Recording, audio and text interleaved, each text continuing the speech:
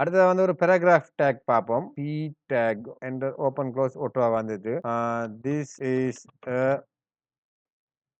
paragraph. இப்போ வந்து பாத்தீங்கன்னா சொன்னா this is a paragraph. இது வந்து ஒரு paragraphக்குரிய font size இது ஒட்டோவாவே இதுல வந்து வந்திருக்கும். அடுத்ததா நாம பார்க்க போறது வந்து ஒரு link tag. அது வந்து a tag என்று சொல்லுவாங்க.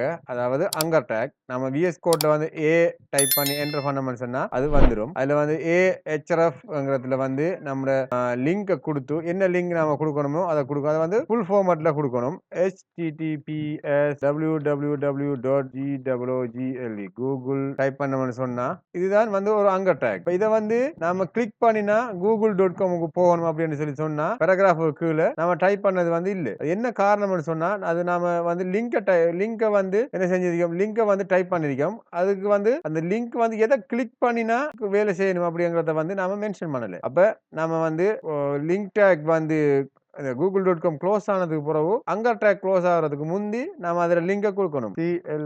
click click me நம்ம கொடுத்தோம்னு சொன்னா இப்ப பாருங்க google.com https google.com இது என்ன செய்யுது, நம்ம கிளிக் பண்ண உடனே நம்மள google.comக்கு வந்து கூட்டிட்டு போகுது.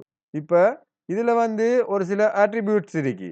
அந்த attributes பார்ப்போம். அதுக்கு முதல் நாம என்ன செய்யணும்னு சொன்னா இன்னொரு லிங்க் டேக் கொண்டு ஓபன் பண்ணுவோம். a என்று சொல்லி கொடுக்கக்குள்ள இதுல வந்து பாத்தீங்கன்னு சொன்னா இது வந்து சாதாரணமான ஒரு அங்கர் டேக். இது வந்து a blank ன்னு சொல்லி வந்திருக்கிறது வந்து இது வந்து என்ன செய்யும்னு சொன்னா இந்த அங்கர் டேக்கை வந்து நாம கிளிக் பண்ணும்போது நியூ விண்டோவில் வந்து ஓபன் ஆகும். அடுத்ததான் நாம பார்க்க போறது வந்து ஒரு லிங்கை எப்படி ஒரு நியூ டேப்ல வந்து ஓபன் பண்ணலாம்ங்கிறது. அதுக்கு வந்து நாம ஏ ஏ டைப் பண்ணோம்னு சொன்னா VS கோட்ல ஏ blank ன்னு சொல்லி வந்திருக்கு. அந்த blank கொடுத்து என்டர் பண்ணோம்னு சொன்னா இதுதான் blank டேகோட கோட். பாத்தீங்கன்னு சொன்னா இதுல வந்து டார்கெட் வந்து blank ன்னு சொல்லி வந்திருக்கு. இதுல வந்து லிங்கை நாம கொடுக்கணும். அதே மாதிரி மேலுக்கு கொடுத்த மாதிரி https www.google.com இதுல வந்து டார்கெட் வந்து blank.